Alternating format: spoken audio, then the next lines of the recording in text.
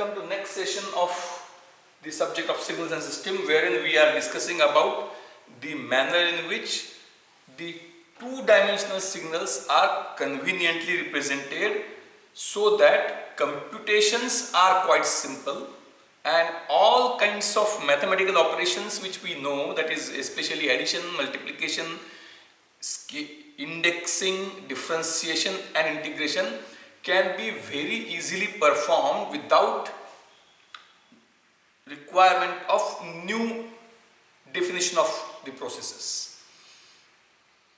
As very clearly stated, that a two-dimensional number can be represented by two techniques, that is an ordered pair where the concept of imaginary number z does not come into picture, but in that case the various processes which are to be operated on the two-dimensional numbers are different and unnecessarily tedious. So as to have it in a convenient manner, the one logic which we have discussed is that z is equal to root of minus 1,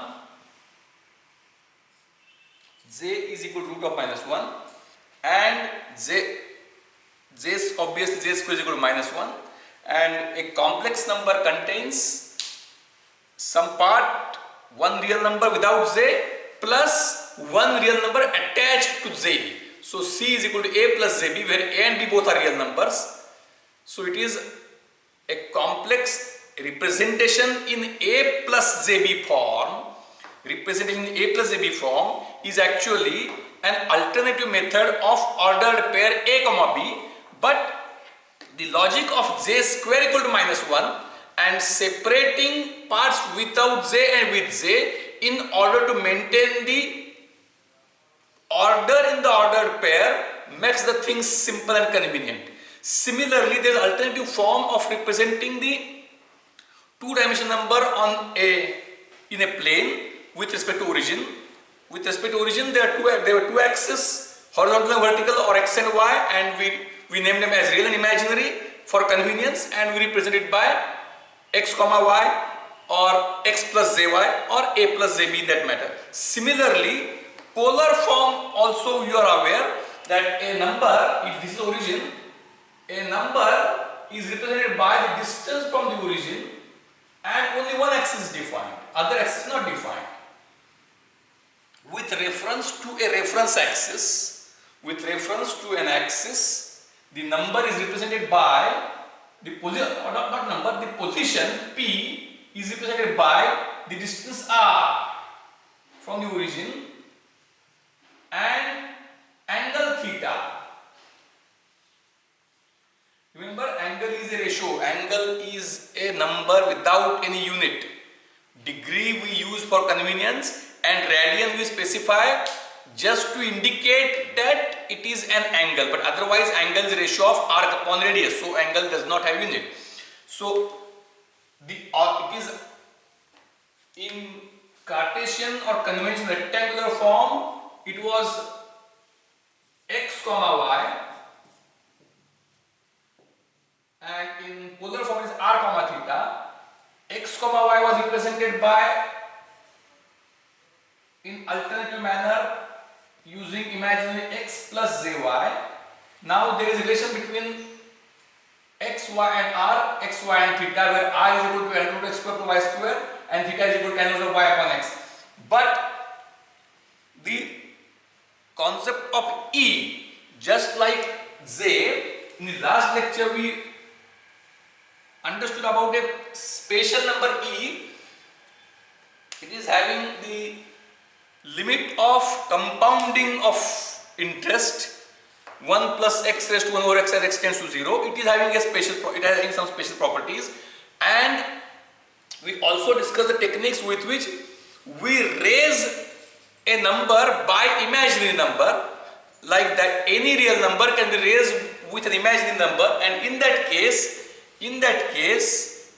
a well-known identity, how that arises right now we need not discuss, but a well-known identity which interrelates polar form and exponential form is that this. So you remember this, and then you remember one more thing, that E raised to j theta is a complex number. E raised to j theta is a complex number. That is, raising e, which is a real number, by an imaginary number j times theta, where theta is real. So e raised to j theta is a complex number and is given by cos theta plus j sin theta. Cos theta plus j sin theta. So obviously, as it is cos theta plus j sin theta, this is called as real part or horizontal component. This is vertical imaginary part or vertical component. And since they are cos and sine, their magnitude r is equal to 1. R is equal to 1. So e raised to j theta lies on a spatial curve of in two-dimensional plane, that is called as unit circle. E raised to j theta always resides on a circle of radius 1. Therefore, it is also called as unit circle. So once this idea is very clear, now the advantage of this I will elaborate. So e raised to j theta always lies. So e raised to j theta is a point on a circle of radius 1 at an angle theta measured anticlockwise from the reference axis. We need not say the x-axis because we use x if there is a y, otherwise we may not use x, but we can have a convention to use x. So a reference axis may be called as x-axis, not necessarily called as x-axis. So e raised to j theta lies on unit circle at an angle theta measured in anticlockwise manner from the reference axis. So it is e raised to j theta. It is e raised to j theta. Now, what is important is that a plus jb or x plus jy and e raised to j theta, and suppose if you want somewhere else, if you want this, then this can be, this angle is say phi and this distance is r. So this would be r e raised to j phi. So using e raised to j theta, using polar form, you can represent r and theta. So a point at an angle theta is represented by e raised to j theta and it is lying on unit circle. So a point which is at an angle theta but not on unit circle is a scaled version of, means this is r e raised to j phi and this is e raised to j phi. So, and this is angle phi. So any point which is not on unit circle, which is at any arbitrary point in 2D plane, is represented by its corresponding point in the same angle on unit circle represented by e raised to j theta and scale r times. So this kind of exponential definition makes all computations simpler. All computations simpler. So once you know, remember this, you must remember in an embossed manner. J square is equal to -1 and e raised to j theta is cos theta plus j sin theta, and whenever we say that a number in this subject specifically, unless otherwise we specify it to be a real number, it is assumed to be a complex number. It is assumed to be a two-dimensional number, or I will restate. Whenever I say number, it is always a two-dimensional number. If it is not, I will specify it separately as one-dimensional number. So it is new, what we can say, paradigm or new terminology, new convention in which we are moving. Till now, number, whenever we were getting a real number idea, what is a real number? A real number, let us say some temperature, some pressure, some mass, some time, some length. So when concept of length was there, it was just distance from origin, and we were assuming that we are moving only on one axis. So it was one dimensional. So now whenever we were having a concept of number, it was a one dimensional entity. Whereas now, whenever we say number, it is always a position in 2D plane. Let us restrict to 2D. 3D and multiple dimensions is very complex, we need not enter into that. Or very complicated, because the word complex would be meant differently in this context. So a number means a two-dimensional number. Once this is perfectly known by you, everything else in this subject becomes much simpler. I hope that the idea is quite clear. Then, what is important, what is the advantage of this? I will explain. E raised to z theta like. So, now what the theta, so what we are discussing, just like in conventional, say, sinusoid waveform, means we have discussed the signal, say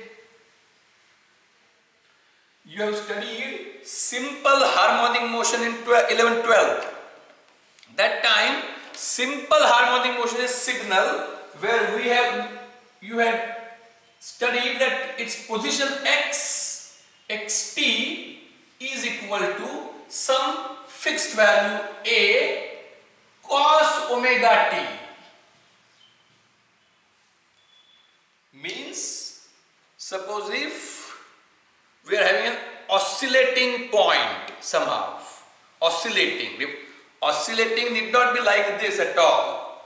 This is, when you say this, you are assuming the horizontal axis to be used as time axis. Otherwise, when we talk of I will take yt, because we normally take it on horizontal axis, vertical axis. So in that case, not necessarily, there may be some confusion, because sometimes we say x-axis is real axis. Let it be as it is, it doesn't matter actually. So whenever I have a point xt, when represented by a cos omega t, it will move from here, at t equals to it is here, it will move in this direction, in a sinusoidal manner. When it is sinusoidal manner, its speed is fast when it is away towards the peak, its speed is slow when it is near the origin. So it is oscillating. So once it is oscillating, an oscillating point on horizontal axis, a sin omega t is there, where a is the maximum length and omega is the rate at which it is moving, 2 pi f. A 2 cos 2 pi ft, a cos 2 pi ft. So what is, when we differentiate it, because normally derivative is one operation which is required every time in this subject or in general engineering subjects. So its derivative, if you find, its derivative is the a cos omega t is the position, xt equal to a cos omega t is the variable or the signal, it's a position signal on one dimension. So at any given point, the position of the point, a person moving laser point on horizontal axis in a sinusoidal manner. The xt gives, a cos omega t gives where the point is right now. Now if we differentiate this, then its differentiation is omega a minus sin omega t. So what does it tell? when it is moving on a horizontal axis, if you can prepare an animation. You can prepare an animation, and in that animation you will come to know,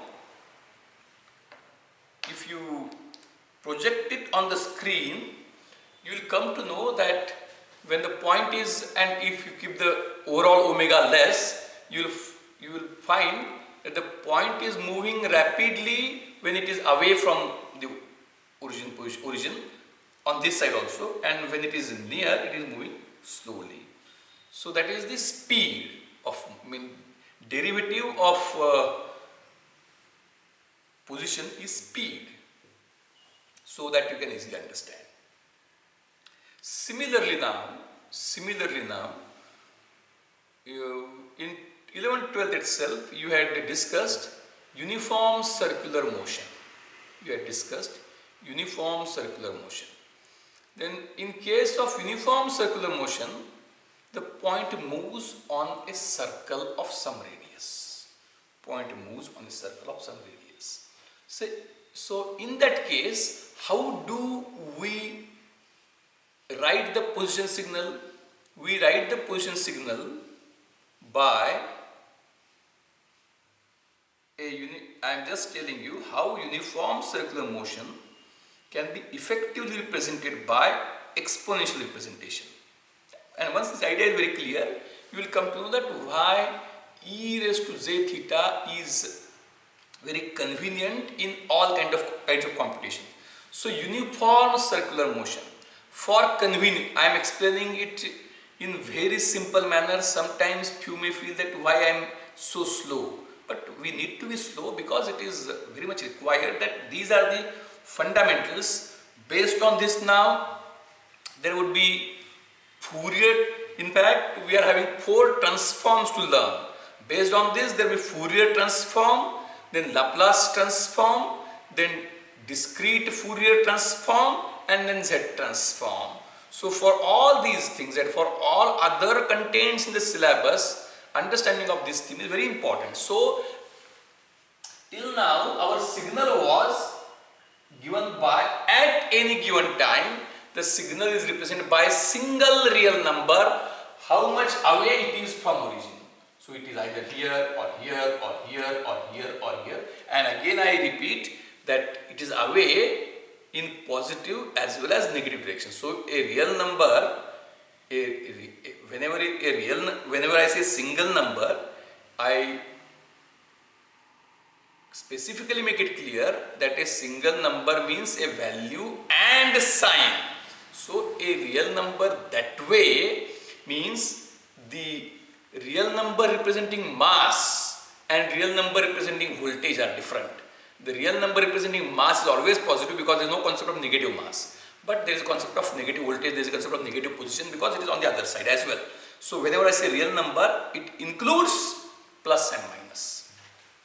So it was there, but when I permit now that, so the signals which we have discussed, we have defined them using some formula. These are called as deterministic signals, means you know what is a deterministic signal. In fact, actually we will discuss it in the types of signal.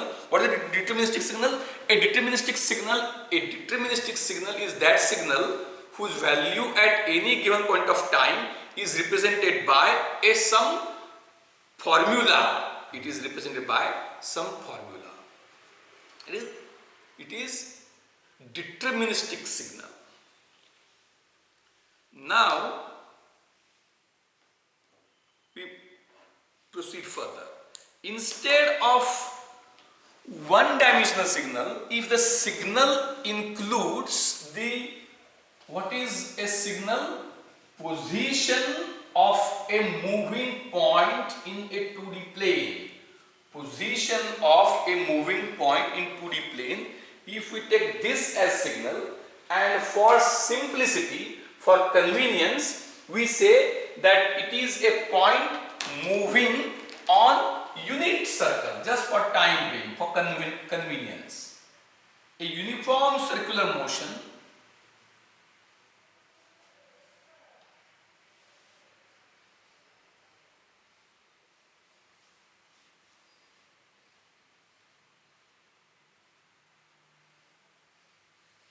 So a point is moving in why anti-clockwise is there no any specific reason, just we means in India the vehicles go from the left hand side of the road,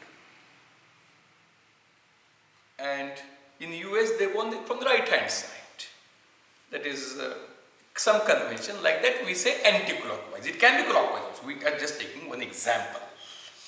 Say a point moving on a circle of radius 1. This is unit 1. This is 1.10.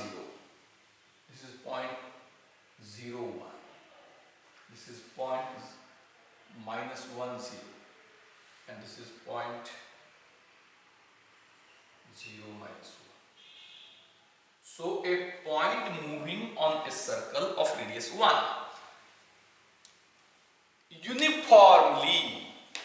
uniformly means what I can say, that how I can represent that.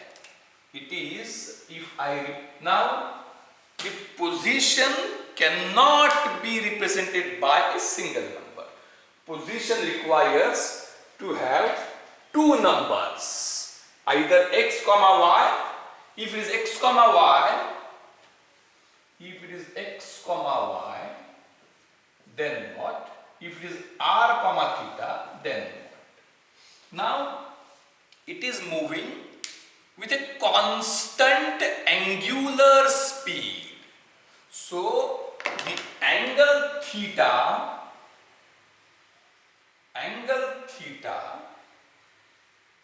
is changing at a fixed rate, and it is moving everything in our discussion, unless otherwise we specify, all signals are taken with reference to time. So a rotating, now it is on unit circle. So when I have restricted the motion of the, just for convenience, when I have restricted the motion of the movement on a unit circle, I can say it is a rotating point, and it is rotating with constant angular speed. So what is the term which is defining the angle? Theta. That theta is directly proportional to time, and that omega is per unit time. So if theta is equal to omega t, so a point moving on unit circle at constant angular speed, this is the constant. Right now I am taking unit circle, then I will expand the circle. I will remove the restriction of unit circle. So a point rotating on unit circle is represented by a complex number or a two-dimensional number r comma theta, where r is equal to 1 and theta is changing in a fixed manner with time, such that theta is directly something into time, that is omega t, where omega is d theta by dt. So omega, therefore it is called as angular speed, or sometimes it is also called as angular frequency. Both are the terms used interchangeably.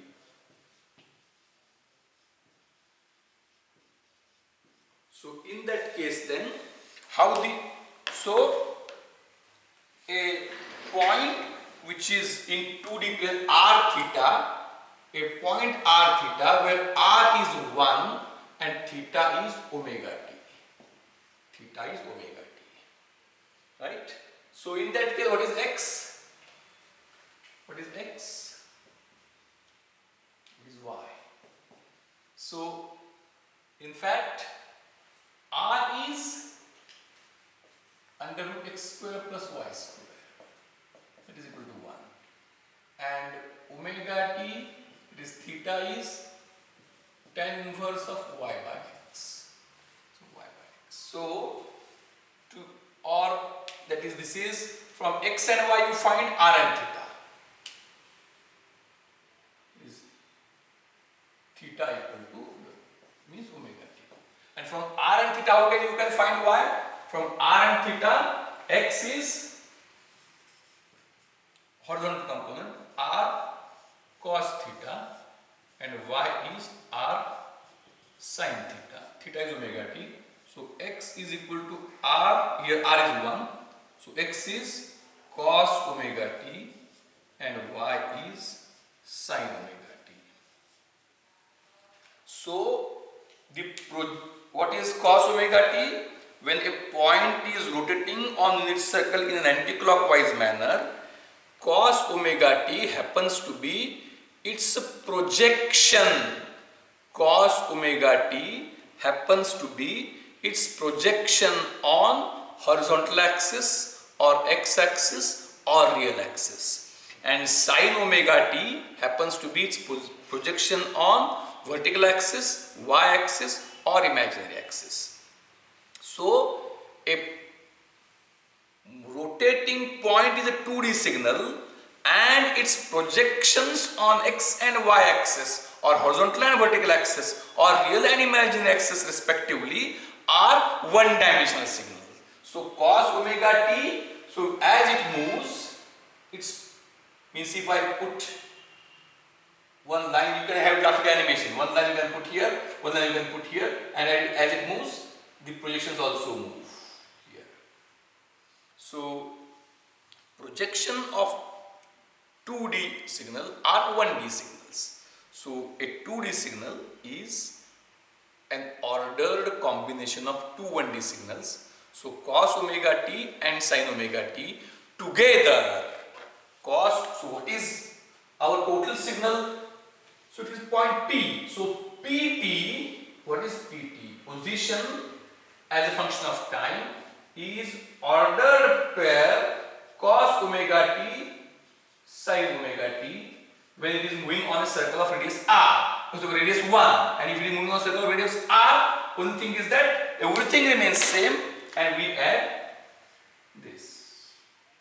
So in that case it is a point moving on a circle of radius r, and then the effective way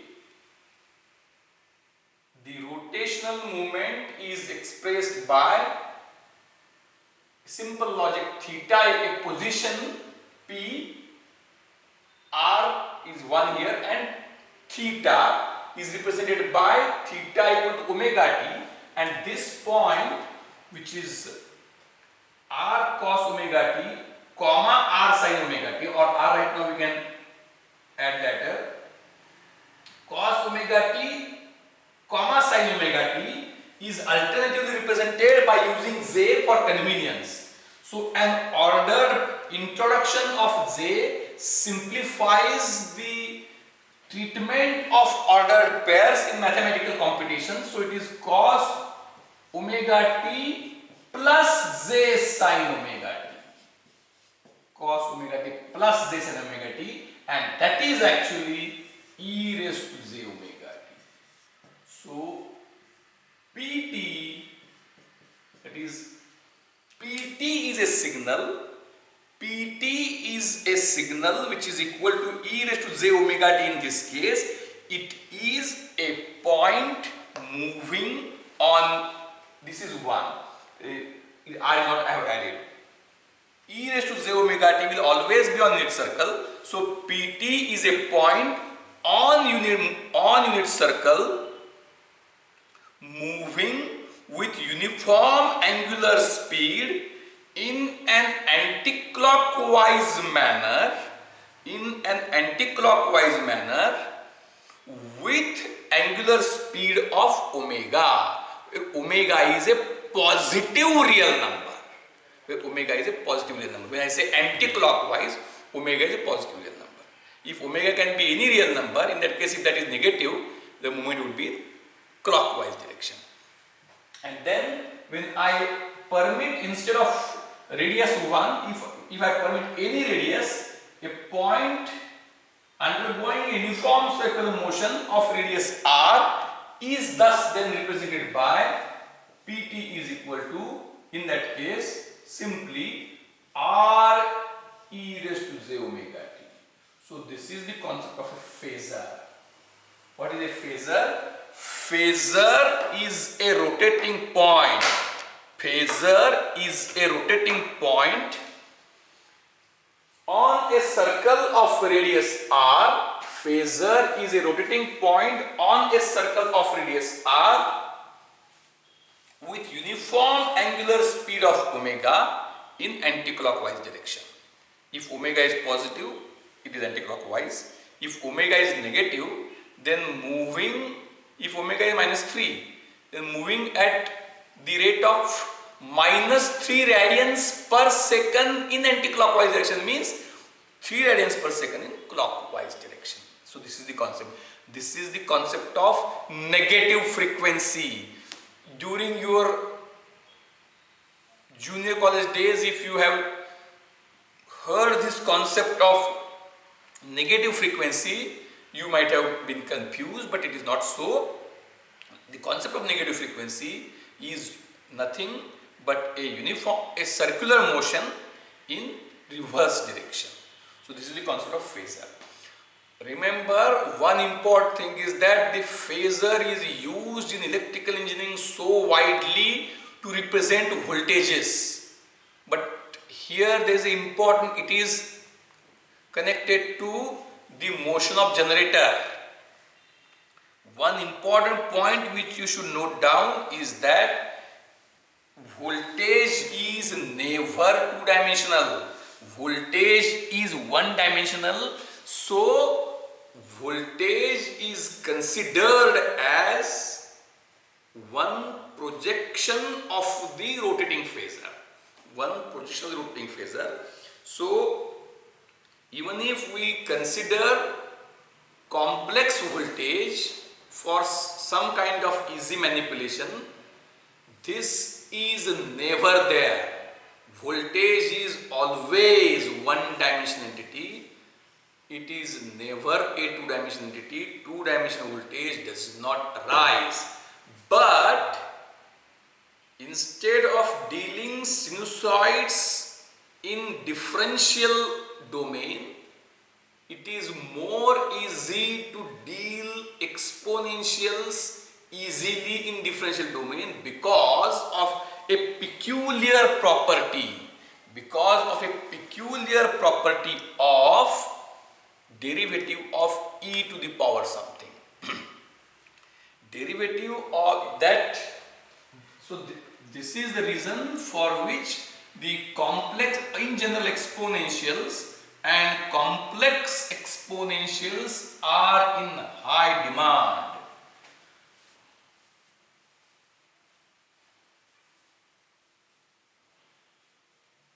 What is important is, suppose that there is very interesting theme.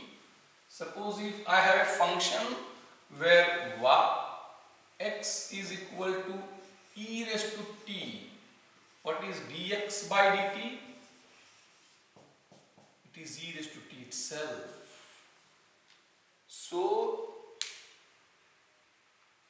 e raised to t is the unique function. E raised to t is the unique function for which derivative is same as function, or it is defined as that function for which f dash x equal to fx. F dash x is equal to fx. So derivative is same thing. And then we move further.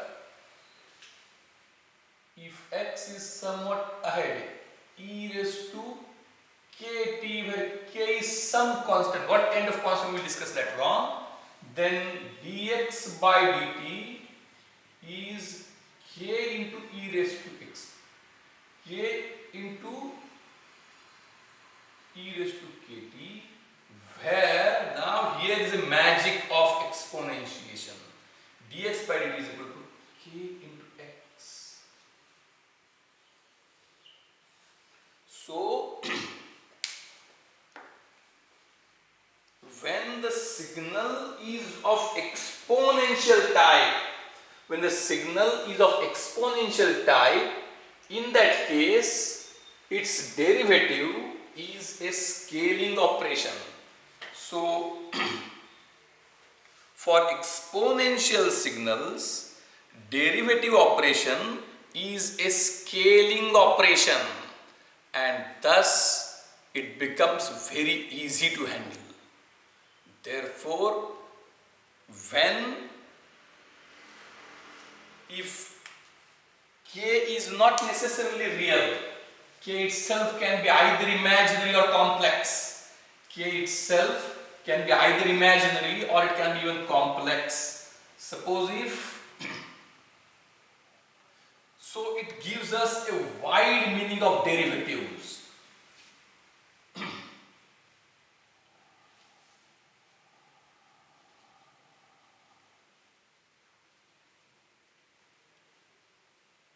When you have learned uniform circular motion last year, there is a difference. A linear motion of constant speed, a uniform linear motion.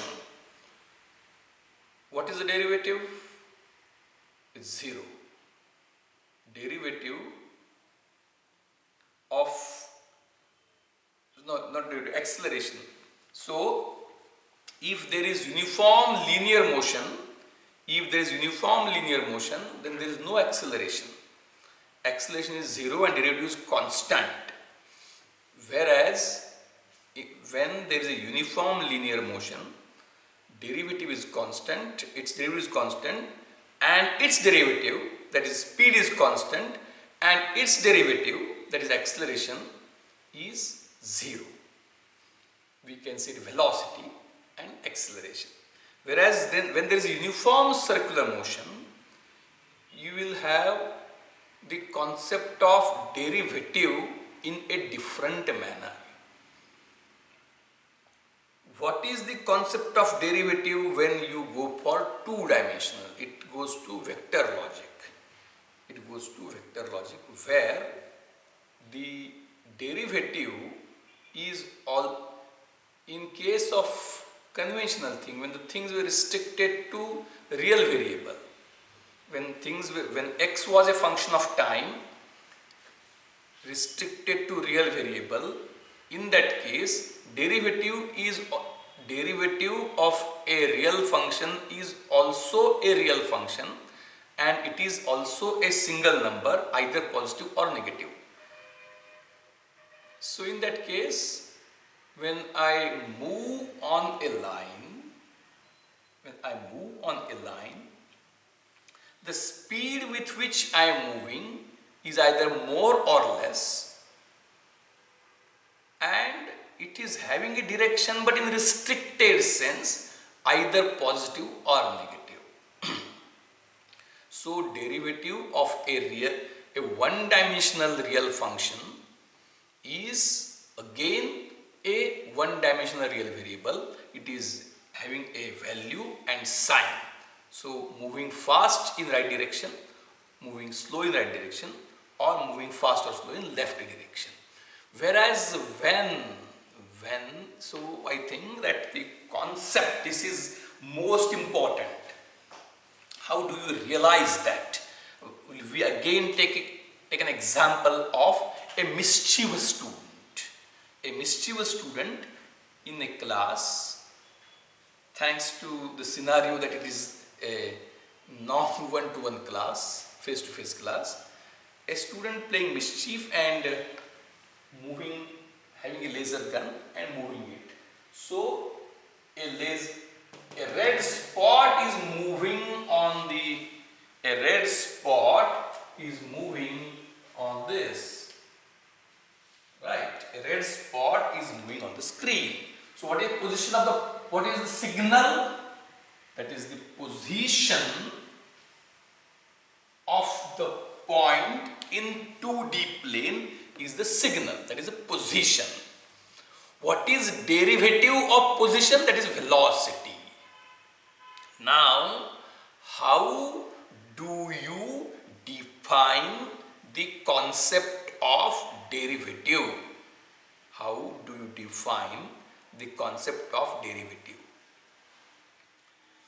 It is not so easy. You have learned partial derivatives in some different context. Now tell me, what is the signal? Let us restrict our discussion to this simple theme now. A moving point on the whiteboard, which is result of a student playing mischief, is the signal. What is its derivative? How do you define the derivative? How do you define the derivative? So it is quite interesting. Now I will explain it in very minute details so that you get the concept of derivative of two-dimensional signal. It's really a very interesting concept itself. Those who are aware of it, for them it is nothing. Those who are not aware of it but are confident of defining it should put the video in pause condition, think on their own. After the thinking is over, they can resume the video and verify the correctness of their thinking. Those who think that they can come up with the answer should pause the video. If they find that no, I am stuck up, then they can resume the video. Now, how a two-dimensional signal is defined? A two-dimensional signal, PT, is defined, a position in 2D plane is defined as ordered pair. That whenever there is a position, it will have horizontal component and vertical component. So I can say it is xt comma yt. It is xt comma yt. It is an ordered pair. It is an ordered pair. So what is derivative? Derivative is,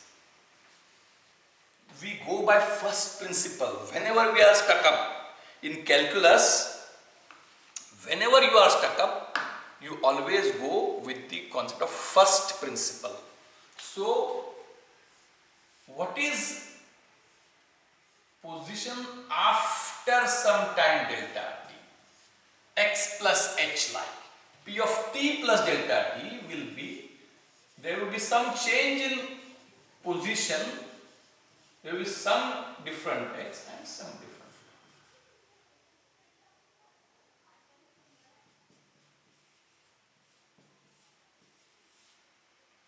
Then what is derivative? What is d by dt of pt? It would be p t plus delta t minus pt upon delta t, and of course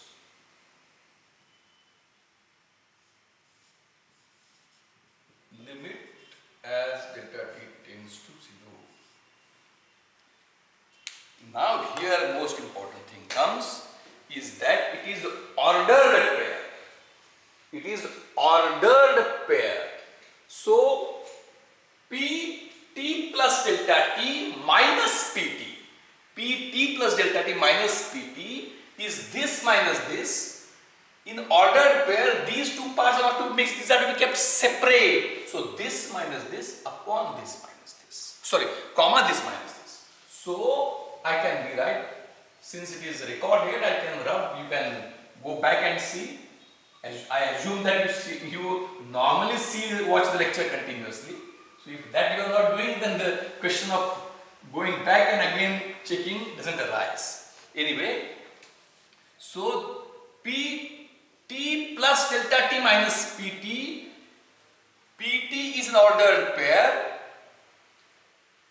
summation or difference of two ordered pairs is also an ordered pair. So that would be, numerator would be x t plus delta t minus xt, comma y t plus delta t minus yt upon delta t. So this is this upon delta t and this upon delta t, because delta t is a real number, limit as delta t tends to 0. So so this is what? D by these are separate, so this you can apply limit and find separately, this you can find separately. So I can conclude that d by dt of pt is d by dt of xt, comma d by dt of y. So again the derivative is also two-dimensional. Means whenever I have got a moving point, a position which is changing with respect to time, then the concept of total derivative is rate at which horizontal position changes, rate at which vertical position changes. If horizontal position changes more than vertical position change, the movement will be in horizontal direction more, vertical direction less. Suppose if I am moving, I am here and I am moving on this side. So I am moving horizontally also, vertically also, but more horizontally, less vertically. If I am moving like this, I am moving more vertically, less horizontally. And if I am moving this, I am moving equally. So that tells us, so derivative, so at given point, the derivative is also having two-dimensional things, x movement and y movement, both can be either positive or negative, less values, more values. A rapidly moving, values are more, slowly moving, values are less, moving in right hand direction, values are positive, moving on left, values are negative, and the relative movement will tell us how, in which direction the movement is there. So actual values tell it is slow or fast, the direction plus or minus tell left or right, up or down, and their relative, that is, in fact, this derivative d by dt of yt upon d by dt of xt, that will tell, the relative values will tell in which direction it is moving. If both are equal, you are moving in this direction. If x is 0, you are moving vertically. If y is 0, you are moving horizontally. If one is more, one is less, you are moving, means 0 horizontal derivative, you are on vertical movement. 0 vertical derivative, you are on horizontal movement. And depending upon that, how they are related, the movement direction is right from vertical to horizontal. So I hope this concept is very clear. Then this is automatically given. Very interesting thing is how that j and e raised to something makes it simpler.